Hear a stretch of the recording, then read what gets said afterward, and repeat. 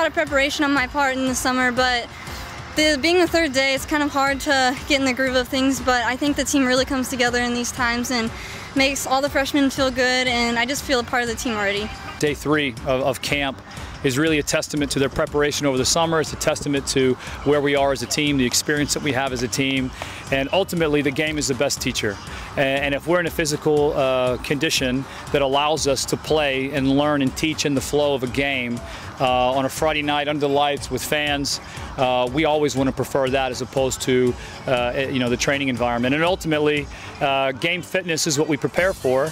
And we can measure that by playing games. And so from a lot of different angles, the fact that we're able to do this and be successful and have a fantastic game with our new players that have come in, our returners, we're really excited about where we are at this point of camp going into the back half of preseason. Well, I think both teams scored some really good goals. I think our goalkeepers made some great saves. Our defenders had some great blocks, great moments. Our midfield and our front half of the team, which is where we spent most of our time in these 3 days so far, really gave a good account of themselves in trying to execute our schemes. Both teams were able to impose themselves in different periods of the match in possession.